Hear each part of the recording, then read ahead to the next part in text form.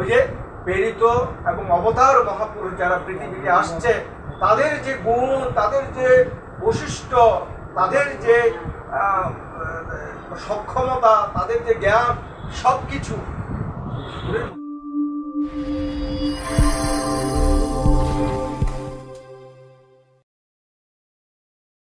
তিনি তার অনুভূতির মধ্য দিয়ে এমন প্রেমের জোয়ারটা তিনি দেখিয়েছেন, আমি এখনই ঠাকুরকে চাই, আর তখনই ঠাকুর আসছে তার সামনে।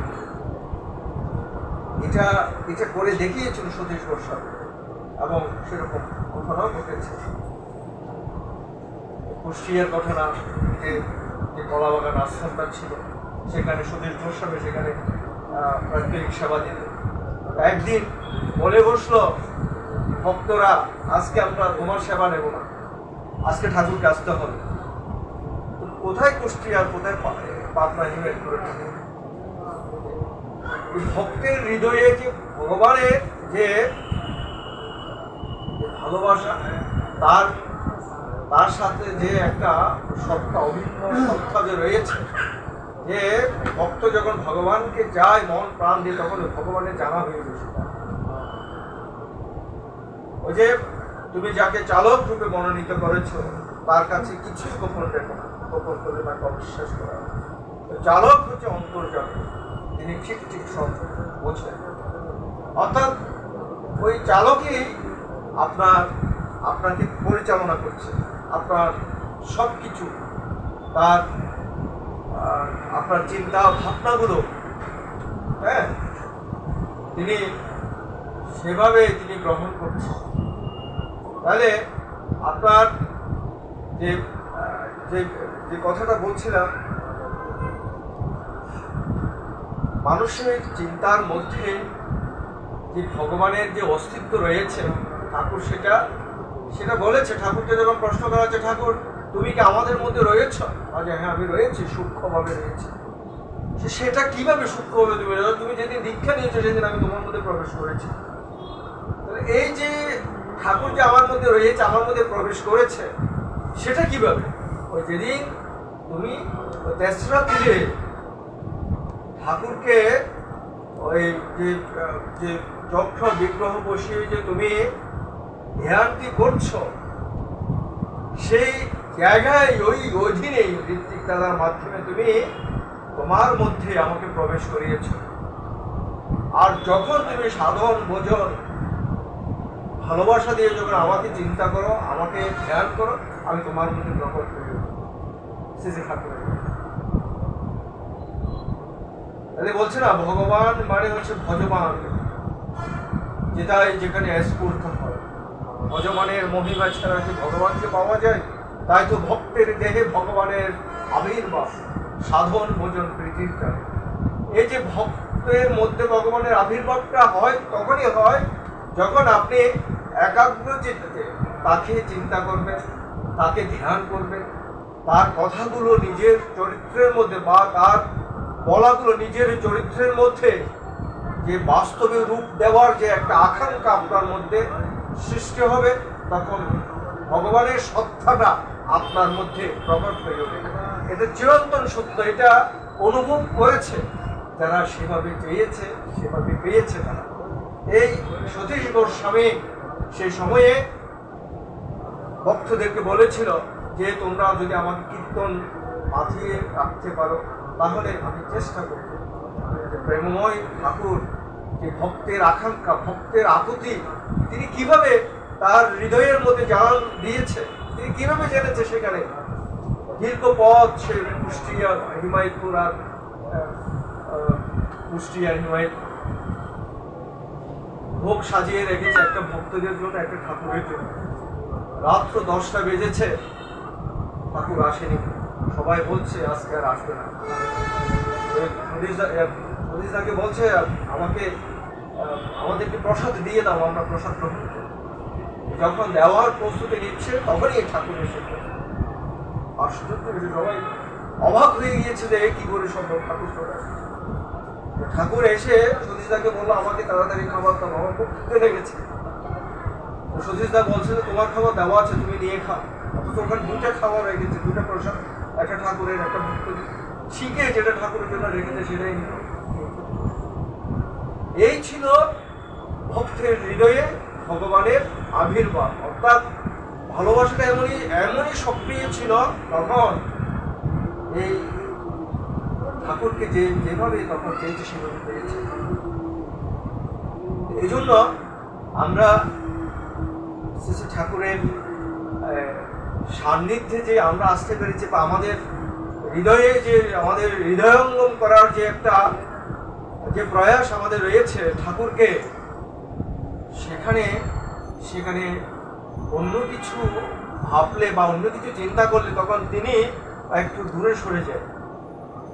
হ্যাঁ, এটা একদম চিরন্তন সত্য।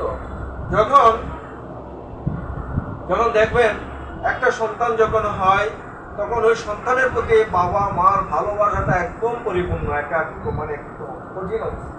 দুটো সন্তান যখন হয় তখন ওই বড়টার প্রতি একটু ভালোবাসাটা একটু এই যে একটার প্রতি যে একটা একাগ্রতা ভালোবাসা রয়েছে, সেটা ঠাকুর দিয়েছিল সেভাবে যে আমি তোমার পরিবারে তোমার সন্তানের মতো, স্ত্রী পুত্র পরিবার মা বাবাকে তুমি যেভাবে রেখেছ, আমাকেও সেভাবে তোমরা তোমার পরিবারে রাখতে।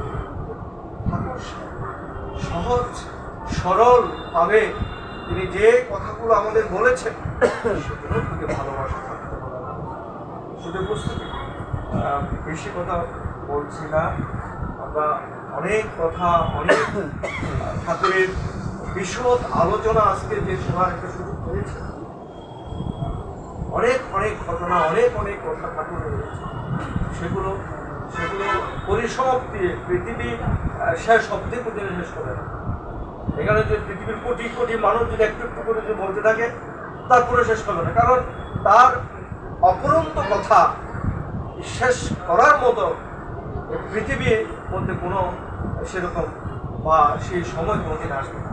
আর এভাবে চলতে থাকবে। তার আজকে ভগবান শ্রীকৃষ্ণের যে ৫,৫০০ বছর পরে এসে আজকে আবার নতুন রূপে তার গুণকীর্তন চলছে, সবেমাত্র ১৩৬ বছর ঠাকুরের। আর সেই সময়ে এক বিশাল আলোড়ন বিশ্বজুড়ে ঠাকুর অনুকূলচন্দ্র। আজকে বড় বড় সংগঠন, বড় বড় সম্প্রদায় আজকে তারা আশ্চর্য হয়ে যাচ্ছে যে এটা কি হচ্ছে, এটা কিভাবে হচ্ছে, এটা কেন হচ্ছে, এটা কিভাবে, এটা হওয়ার তো নয়, ভগবান তো একজন।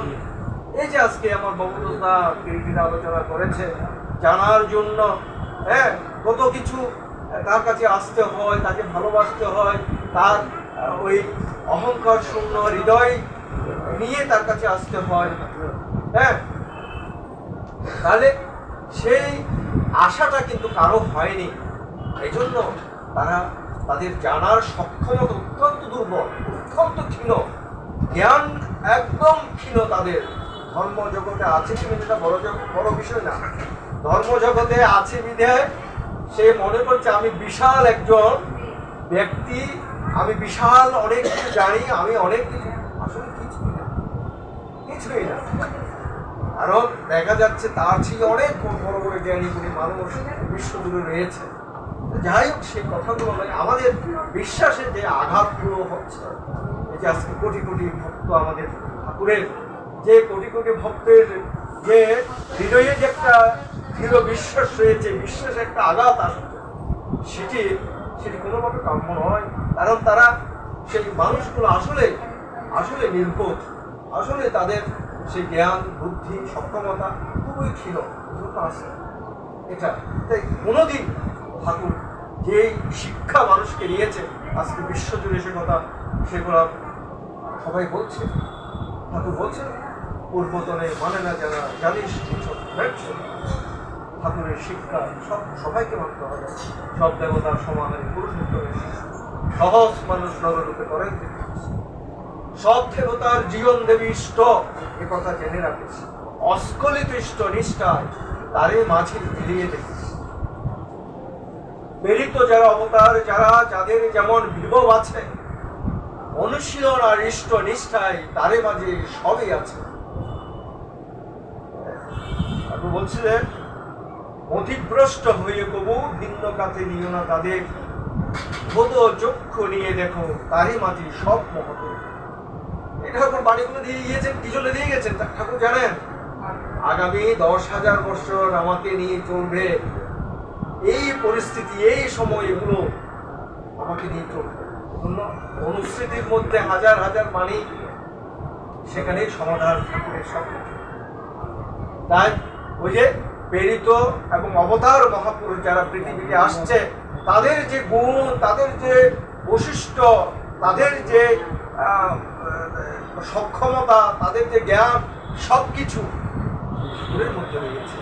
এই জন্য বলছে যে যজন যাজন ইষ্টপীঠের সুস্থনী সদাচার, 5টা নীতি যার মধ্যে প্রতিনিয়ত পরিপালন রয়েছে, সে ঠাকুরকে বুঝতে পারবে এবং ঠাকুরের যে পুরুষত্ব অপরিমাণ বৈশিষ্ট্য পাবে, ভগবান রূপে যাকে আমরা সম্বোধন করছি, সে জানতে পারবে, চিনতে পারবে, চেনার পুরুষত্ব। এই জন্য যে করে দেবে না কেউ, করতে হবে তোমাকে কৃতির স্বাদে ধৃতি নিয়ে অনুষ্ঠানে আমি ঠাকুরের কাজ করতে হবে। ঠাকুরের প্রতি অনুরাগ ভালোবাসা নিয়ে আর চলুন আমরা আরো এগিয়ে যাই, আমাদের জীবনকে আরো বেশি পরিপূর্ণ করে তুলি। এই অনন্ত জীবন, অনন্ত সুখের প্ল্যাটফর্ম এই সাধু সঙ্গ, এই সৎসঙ্গ। এখানে আনন্দ আর আনন্দ, এখানেই পরিতৃপ্ত সুখ।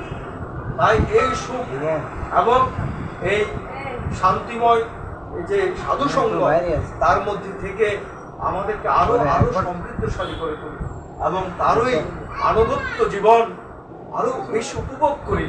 যে প্রাত্যহিক জীবনে সকাল সন্ধ্যা প্রার্থনা, নাম ধ্যান, চলতে ফিরতে খেতে বুঝতে নামময় হয়ে থাকা এবং ঠাকুরকে সত্যিকার অর্থে ঠাকুরের মানুষ হয়ে যাতে আমরা উঠতে পারি। সত্যিকার আমি দীক্ষা নিয়েছি, সৎসঙ্গে হয়েছে এটা নয়, আমি ঠাকুরের মানুষ।